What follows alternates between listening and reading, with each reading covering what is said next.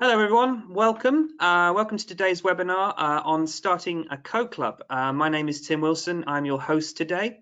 I'm delighted to welcome Dan Elwick from the Raspberry Pi Foundation, who I will introduce shortly. A little bit about me. I am one of a team of CAS community outreach managers that operate throughout the country. I'm responsible for managing CAS communities of practice across the Midlands and a large part of the Southwest. And we do this as part of the National Centre for Computing Education. This webinar is the latest part of our CAS Virtual Showcase. In fact, we're in day 7 now, and it's part of a 2-week extravaganza of over 50 webinars designed to support the CAS community.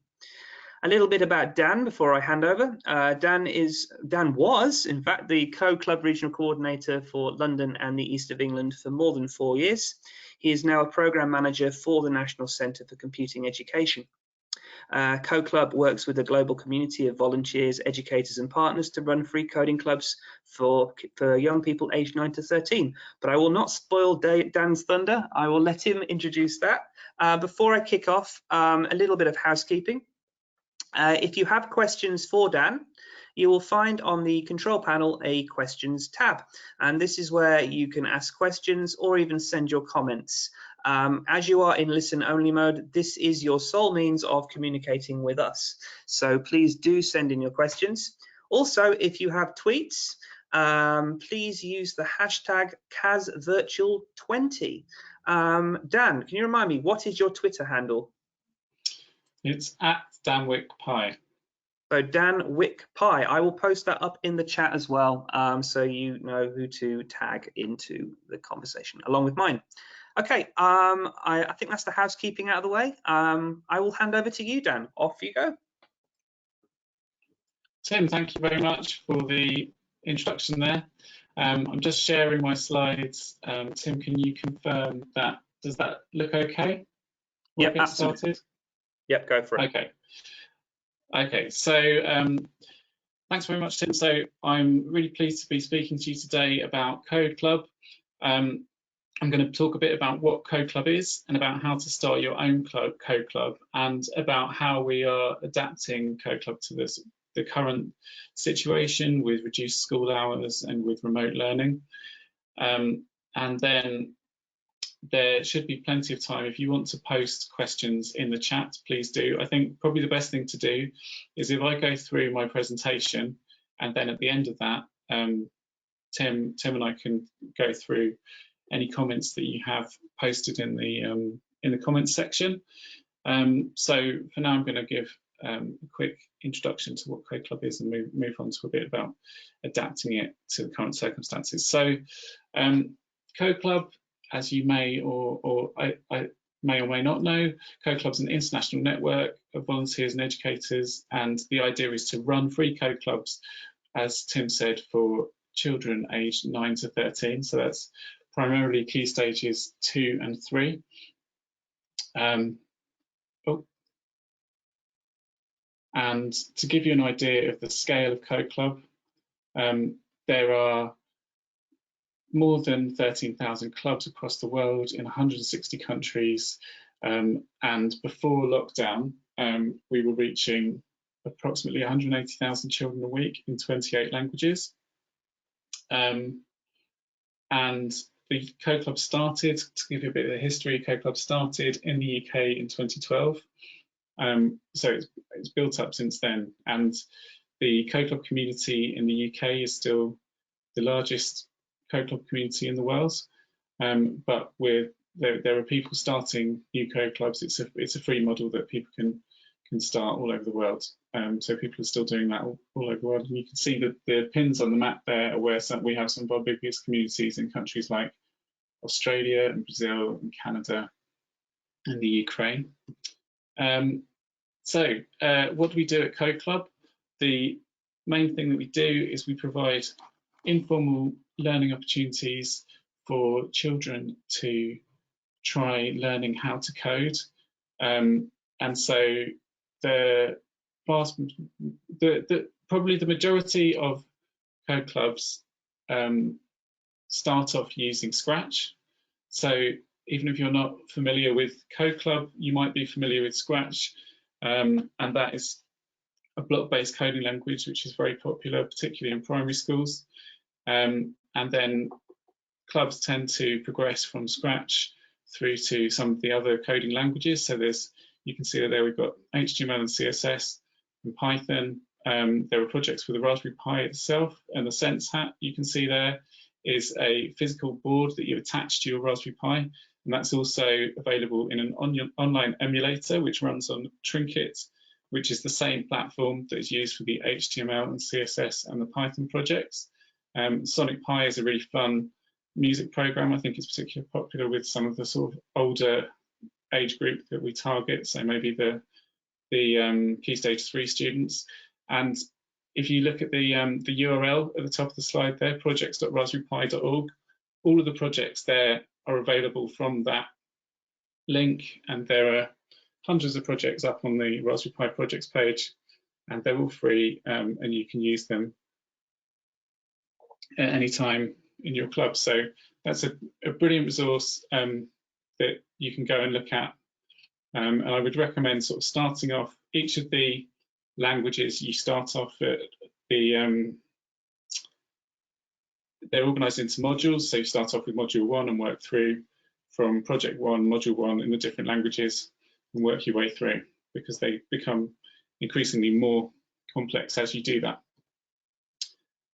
So in terms of what the projects are, you can see there's a animation scrolling up here. There's step-by-step instructions, and you can work your way through hints and tips in the projects, and they'll help you to build games and websites and animations, and they gradually introduce computing concepts.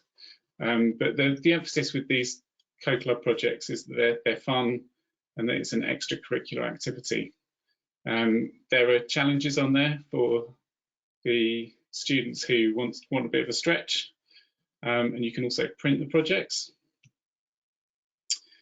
One thing that I'd like to stress is that although it's difficult or impossible for a lot of people to be running their own after-school Code Club, so Code Club usually runs for an hour a week after school or at lunchtime. And it's usually run by a teacher who runs it by themselves or with some volunteers. Although it's difficult or impossible for that to happen in schools at the moment, you can still register your Code Club. So if you go to codeclub.org and then start a Code Club, that webpage that we've got on the slide there, please do go there if you're interested in starting a Code Club. Register your interest, and our online support team you'll go through the registration process, and if you have if you require any support at all with going through the registration process, then we can help you with that, because we're still really keen to support anybody who's interested in starting Code Club, and we will be working with the community sort of as things progress with the current sort of coronavirus situation. We'll be updating our community and supporting them to either start running clubs in person again, or finding different ways to do that. So leading on from that, I'm going to go through a few different ways that you could run a Code Club. So this is how we have adapted Code Club to fit with reduced school hours and with remote learning. So an online club, as we're doing now, you can use video conferencing tools to run a Code Club session once a week. So you could do that, as with the Code Club model traditionally, you could do that maybe an hour a week, either at lunchtime or after school, or you could even do it during lesson times at the moment. And we have a link to a guide there. I'll share these slides with Tim so he can share those with attendees at the end of the session. So please do have a look at the guide for how to run an online club. And then we have a virtual club. So the difference between an online club and a virtual club is that if you're not able to run an online club safely, or you prefer not to or not able to use video conferencing tools, or if your participants have limited access to hardware and or internet, then you could run a virtual club. And by running a virtual club, we mean that you can circulate the resources. So some of those projects that I was talking about in the previous slide, you can share those with your students and maybe suggest that they spend an hour or two on that project. All of the projects are designed to take about an hour. The difference is that in the virtual club scenario, you would not be able to provide ongoing guidance while they're doing the project, but you can say, here, go work through module 1 of Scratch, projects 1, 2, 3, 4, 5, 6, and we have a guide for how that could run too. The blended club, as the name suggests, is a combination of the online and virtual clubs, and that it depends on your school setup. So what we try to do is, in suggesting these, we're trying to give the flexibility to schools and to teachers to run something which fits with your setup. And then if you're able to run an in-person club, so if you have a group of children who are the right age group and they're in school, you maybe would set them up sitting at different desks. I know there are different social distancing and hygiene practices going on in schools depending on the school. So if you're able to run an in-person club, you could still do that. So that gives you an idea about sort of taking the Code Club model of getting young people together, giving them a space to try learning about coding and doing some coding in a fun environment, and adapting that to how things are working at the moment. And then,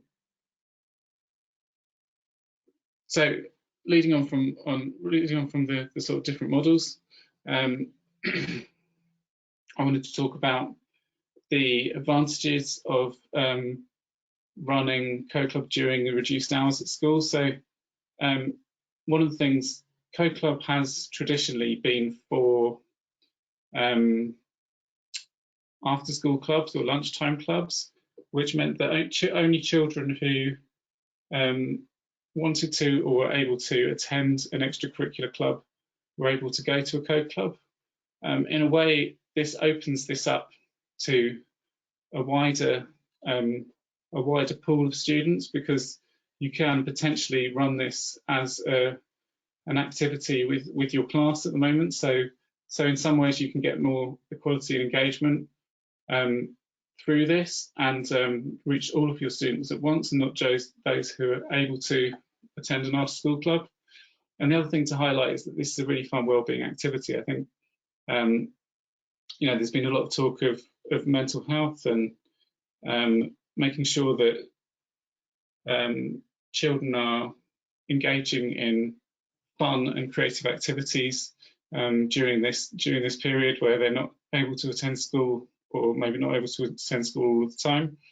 And Code Club is an example of a really fun set of online activities that students can make, and they can also share with their peers. So through the Scratch website, for example, some of the younger students will need to have parental permission to set up a Scratch account, but once you have a Scratch account, they can create projects which they can then share with their teacher and with other students, and that's something which teachers can facilitate as well and encourage. So that's a bit about Code Club itself. And then I thought it would also be useful, we've been working on some guidelines for safeguarding and online safety when running an online session. So I'm just going to go through a bit more information about that. So I'm going to talk about, so if you were running a Code Club online, there's a few key points.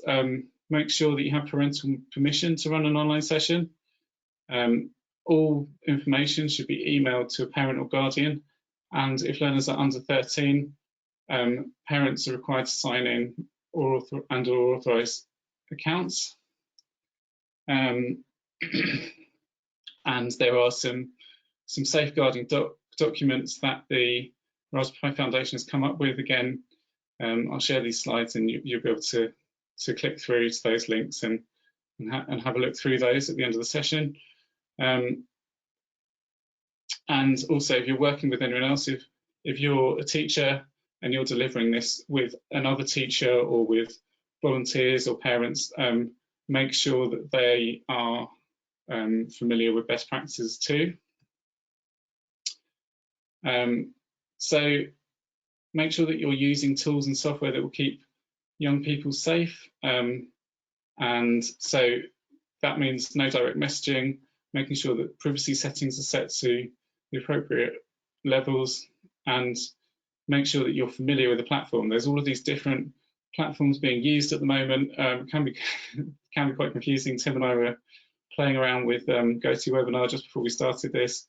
It's very important to make sure that you've practiced with that before starting to run your own online session, and make sure that you're not alone in running the session. So have at least 2 adults supporting the session at any time, and just be aware of your surroundings and anything in the background when you are recording.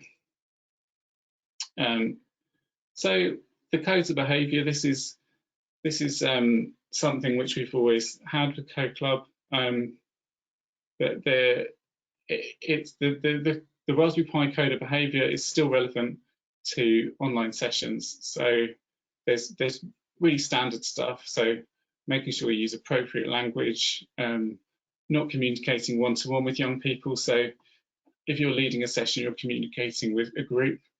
You can find the full code of behaviour. There's a URL there that you can go to, and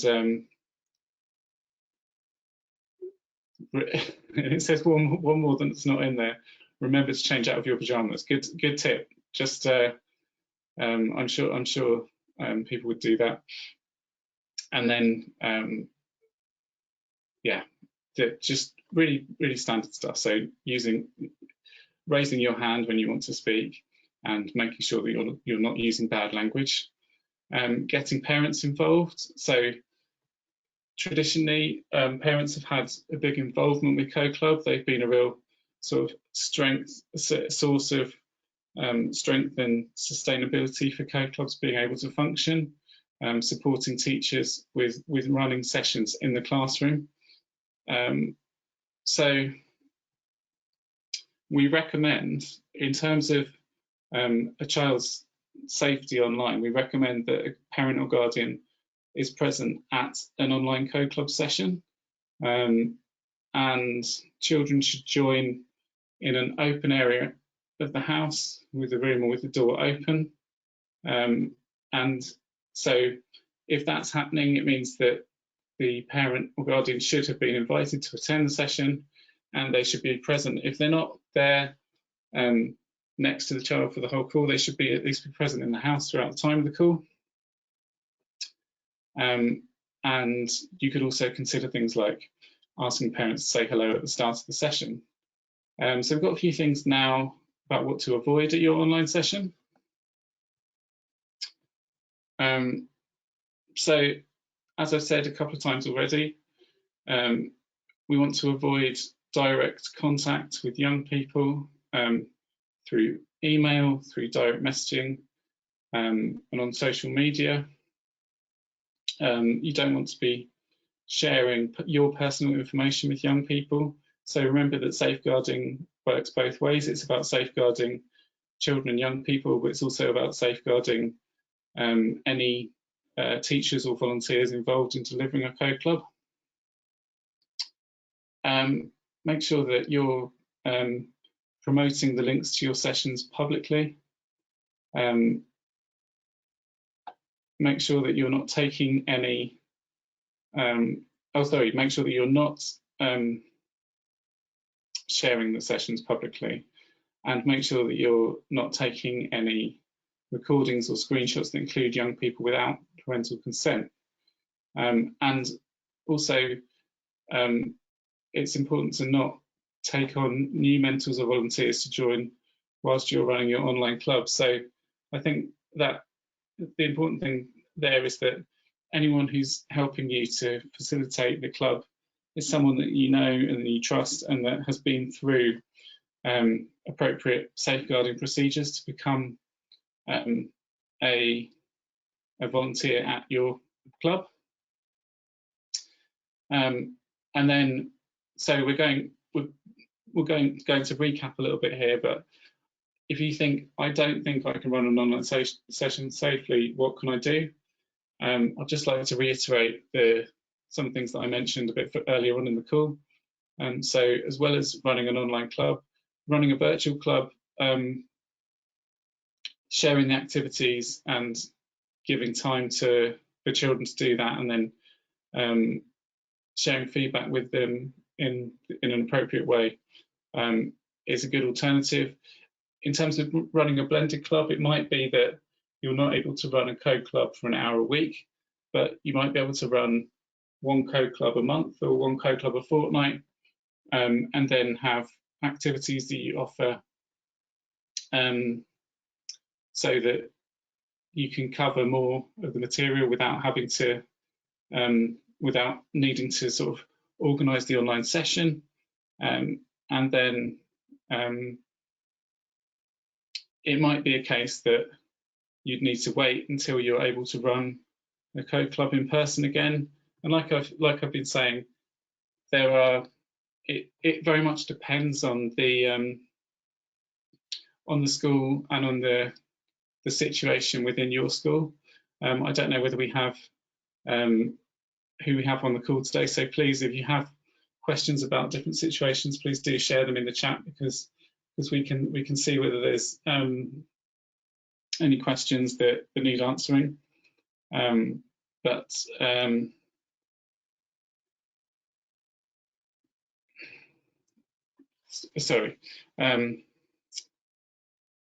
basically, those are some different ways that you can run the code club, and it will depend very much on your individual setting. So, what tools and software are safe? So think about, does the software allow private communication? How much control do you have? Can you mute mics and remove participants? Does it require an online account or installation? This will be a barrier to some families at home would maybe struggle to install software, and having an online account might not work for some of the younger children, so you'd need to make sure that their parents have registered. So those are just some considerations. So example tools, Google Hangouts is one that's widely used. Something that's to note about that, there's no private chat.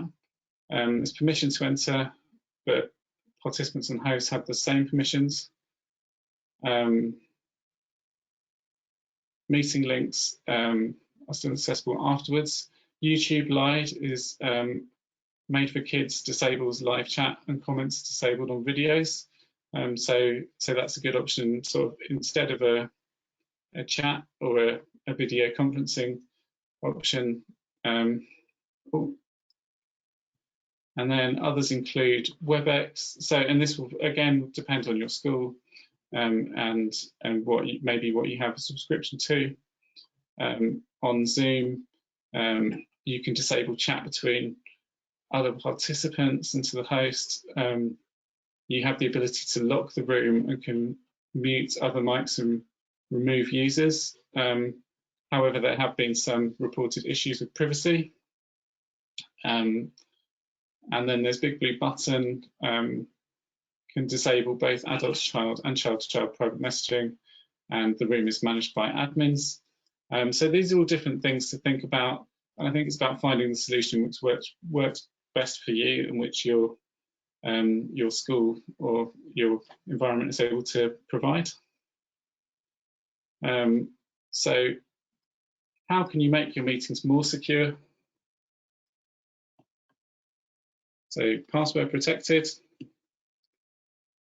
Use a unique meeting link each time you run a session. So rather than using the same link again, make sure you're generating unique meeting link. Don't share them publicly. Don't share the details publicly because you only want children and parents of the children who are in the session to come along to it. Use the wait room. So make sure that you're ready for the session. Use the wait room and say that you're going to start at a particular time and then start. Only allow access to those you know. So make sure that you invite people and allow them access. Don't share your own private or personal information. Lock the room once everyone has joined. And so those are some really just useful tips there. So in terms of a safeguarding concern, you might be thinking, what is a safeguarding concern? If you have a safeguarding concern, you're worried about the safety or well-being of a child or an adult because of something you've seen or heard. An example of that might be you might be concerned about another volunteer or mentor having direct contact with a young person, or you might have concerns about child safety at home. The best thing to do in that situation is report that to whoever's responsible for safeguarding at your school or wherever you're wherever you're running the Code Club. And then we also have some information here. The Raspberry Pi Foundation has some safeguarding information up on the up on our website. So there's a short link on rpf.io/safeguarding. We also have safeguarding guidance, and you can contact the safeguarding team at Raspberry Pi if you have any safeguarding concerns. And there's also a 24-hour telephone support service for the whole world and for the UK. So that is basically everything that I wanted to go through. We now have a bit of time, so if you do have any questions, it'd be great to go through those. Great, thank you very much, Dan. I've got 3 or 4 questions from attendees. First question: which year groups would you recommend running a Code Club with? So the year groups, so the projects are aimed at students aged 9 to 13. So the main age groups that we run, that Code Clubs are run with, tend to be years 5 and 6 in primary school, although I know that Code Clubs are successfully run with years 3 and 4 as well in primary school. So that's a bit younger than the sort of lower limit of 9 that we say on our website. I think in reality, sort of children from about 7 years and upwards are definitely able to participate with Code Club. And then if you're going into Key Stage 3 in secondary school, it's mainly years 7 and 8 that participate with Code Club. But if you have some students who maybe haven't done much coding or computing before, I think Code Club can be a really good introduction. So yeah, mainly for the end of primary school and the start of secondary school, but there is some flexibility within that. Cool, thank you. Second question. Could you ask Dan, if we are running the club in school, i.e. when we get back to normal, whenever that is, does each child still need a Code Club login, or is it just for children, or is there flexibility? Can children just be able to access the documents at home? What's the general? I assume that you're encouraging much more flexibility at the moment because of the nature of things. Yeah, so I think in terms of children having, by the login, I don't know whether you mean a login to Scratch. I think he might be. I assume he means having Scratch teachers' accounts or Scratch logins that way. I think that's hopefully what the person asking the question means, rather than login. Yes, I'm going to assume that's the case. Yeah. So I think as I was saying through the presentation, I think you have to adapt it to your circumstances. So whatever works for you, really. But one thing to always bear in mind with the Code Club resources is that they're all there on the Raspberry Pi Foundation's website. So all of the resources are free, so you can go into those and access them, and then share them with the students in a way that works for you. So maybe you're running, maybe when you are able to start running Code Club again, it will be with a smaller group than before. and I don't know, there might be some issues with signing in on the Scratch website, and if that's the case, we do have advice on the Raspberry Foundation and CoClub website about setting up teacher accounts for Scratch. So there are various ways around it, but I would encourage you, if you have any questions about your setup in particular, please do email support@codeclub.org, because we do have an online support team, and they will respond to your question and try to find a solution. Because whatever issue you have, there's a good chance that another school or teacher has had that issue before, and we might be able to help with that. Yeah, great. How would you evidence what children do in CoClub? Can projects be saved, or would it be a case of taking a screenshot of what they've done? Question mark. So the main two platforms that are used for the CoClub projects that I mentioned earlier are the Scratch website and Trinket, which is the platform that's used for the Python and the HTML and CSS projects. And both of those, so the Scratch, the students would be able to share a link for Scratch and for Trinket, so teachers will click on that link and see it. So I think the potential roadblock for that is students struggling to actually share their project. So making sure that they have clear instructions and know how to do it. So I think, yeah, sort of making sure that so as a teacher, you're maybe making sure that you are familiar with how that sharing functionality works, and then sharing that information with your students. Does that answer the question? Yeah, and I would add to that, as you probably alluded to, that both Scratch and Trinket have teacher accounts that you can set up, so you can actually set up individual accounts for each of the young people and actually control them through your teacher account and be able to track the kids' progress, which is actually really good going back into the classroom as well, because you don't have, not just in terms of CoClub, but also in terms of teacher resources, and being able to account for the progress that students are making in class or in your coding classes as well. So it has direct benefits to curriculum too. One more question. Do the Scratch projects require the children to have a good understanding of Scratch before they use them? That's a good question. And I would always say that no previous experience in coding is necessary, either for the teachers or the people running the Code Club, or for the students.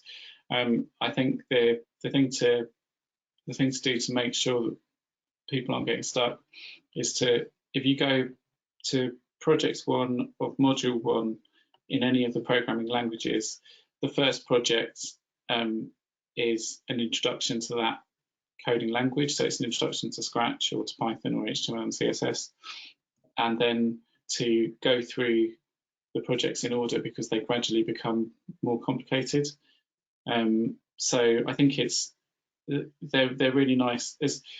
Like I said, I think from the age of about 7 upwards, most children will be able to do the Code Club projects to varying levels depending on their sort of ability with using computers. But I think the important thing for 7-year-olds, for example, is that they can read. So as long as the children can read the instructions and understand them, then they will be able to work through the projects. And there's definitely, you're always going to have people working at a slightly different pace within Code Clubs, because some students will be really quick and have maybe spent time on Scratch and other platforms before, and some children might need a bit more support. But the idea is that it's a first step into coding, and it's a really nice foundation before sort of starting to study computing in class. Yeah, that's yeah, and I would add to that actually that the Code Club projects are all actually worth doing in advance as teachers as well, because not only you'll get a good grounding of what's involved in the CoClub projects, but then you'll also be able to anticipate where the kids are going to get stuck, or where they're going to ask questions, because guaranteed you'll probably get stuck in the same places that the kids get stuck in as well. So if you are new to Scratch or new to HTML, Python, or whatever, these CoClub projects are actually just worth doing as well, and they're great fun because you get to make something really cool, and the kids get to put their own stamp and creativity on the guidance and the tips and the hints, and just really sort of flow with their creativity through them. So yeah. Definitely, I completely agree, Tim, and we've had a lot of feedback from teachers over the years who have said that they're new to computing and weren't quite sure where to start, but running a CoClub helped to give them the confidence to then teach coding in class, teach coding or computing. So another thing that's worth bearing in mind is that CoClub is part of the National Centre for Computing Education. So if you are, for example, starting your primary certificate at the National Centre for Computing Education for Teachers in England, then CoClub counts towards running a CoClub counts towards your credits for that. So it's part of your, just as being part of CAS does as well, counts towards your certificates, your units for your certificate. Yeah, absolutely. Yeah, big recommendation to run a CoClub, just because it does count towards your primary certificate. Yeah, and that's a really good point. I have two people asking the same question, which is basically, is it possible to have a copy of the slides? How would you like to do that? Would you like me to, would you like for me to send them on to people as a PDF, or would you like me to ping a link? How would you like me to do that? Yeah, I think probably best if I'll send you a PDF after the session, Tim, and then if you could share that with everyone who registered. Great. Yeah. Cool. If anyone else, I don't know if anyone else has any questions, but I guess where would a teacher go to get an introduction training on CoClub if they want to start one? So there's a Future Learn course on the, if you go to if you just search for on the internet for how to start a CoClub Future Learn, you will find our Future Learn course. It's also linked to from the CoClub website, and on there's a step by step. So I think it's 2 hours a week for 3 weeks, and that will go through the steps that you as a teacher need to go through in order to start a CoClub. Great. So I think that's probably the best place to start. And is that running now? Can people just go on there and register and take part and do it? I believe it's an ongoing course. So I think I think you can access it at any time. Brilliant. Some of the Future Learn courses run for a month and then they won't run again for another 2 months. But I think the CoClub one is an ongoing registration. Yeah. So it's 3 weeks and a couple of hours of commitment, which you can do in your own time flexibly. Is that right for Future Learn? Yes, that's right. Yeah. So it would take you approximately 2 hours per week, but you don't need to do that. You could do it all in one evening, or you could split it slightly differently depending on when you have the availability. Yeah, and if any of you are familiar with the Future Learn courses, that you might be doing some of the Future Learn courses through the NCCE, they very much have that kind of real fun, interactive engagement element. And I think that one of the things I remember about the CoClub one is that people are doing it from all over the world, because CoClub is international, so it's quite fun. You get to have conversations with people who are wanting to be CoClub organisers or run CoClubs at their school, wherever they are internationally. So it's kind of fun. I think it's quite cool. Yeah, that's right. There's a comments section at the bottom of every step where people will be adding their comments. Yeah, that's definitely a nice opportunity for you to chat with teachers from other places. One final question. What size group would you recommend to run? How big can co-clubs be? So previously I would have said 10 to 15 children was a good number to start with. So if you're running a co-club as an after-school club or at the lunchtime, that's what I would have said before. I think now it depends on, so if you're running it online, I suppose you could run it with more students than that. It might be possible to open it up to a slightly larger group, and maybe you would want to do it with a class. So possibly online helps you to have some more. And I think once we start going back into schools and running things in the classroom, it may depend on how much physical space there is to run a co-club and have some degree of social distancing. So I think it really depends on your sort of circumstances. The reason I used to say 10 to 15 is that I think it's a manageable number for one teacher on their own or with at least one other helper to manage. I know that people have run co-clubs with larger groups in the past, but I think if you have 10 to 15 students, that you're at least going to be able to support those who need a bit more help and also give more activities to those who are sort of charging ahead. Great stuff. Yeah. So I imagine that since moving online, that has opened up a whole new set of circumstances which changed the nature of how many people and how to do things. You know, whereas physically it's a different demand entirely, isn't it? So yeah, that's really interesting. Thank you. Okay, that was the last question actually, and I think this is a good time to sort of start to sum up and wrap up. So first of all, a massive thank you to Dan, and a massive thank you to all of you for attending. Today was the last session of the day. Sorry, this session was the last session of today. We kick off again tomorrow. We have a keynote. Simon Peyton-Jones is going to be presenting on how does artificial intelligence really work. So highly recommend you signing up if you haven't already done so for tomorrow's keynote with Simon, which starts at 10. At the end of this session, when I close the window, a survey will pop up in your browser. So please do take a moment to feedback on this session, and also if you have any comments. And also if you have anything nice and positive to say, please do share them on Twitter using the hashtag CAS Virtual 20. Apart from that, we hope to see you at the other sessions. We have 3 days left and still a lot of fun, interactive and engaging talks and discussions to come. So I have nothing else to say other than say thank you for coming. A big thank you to Dan for presenting today. And if you haven't started a co-club, then please go ahead and start one and take this advice. Expect a slide deck in your inbox imminently. Dan, thank you very much.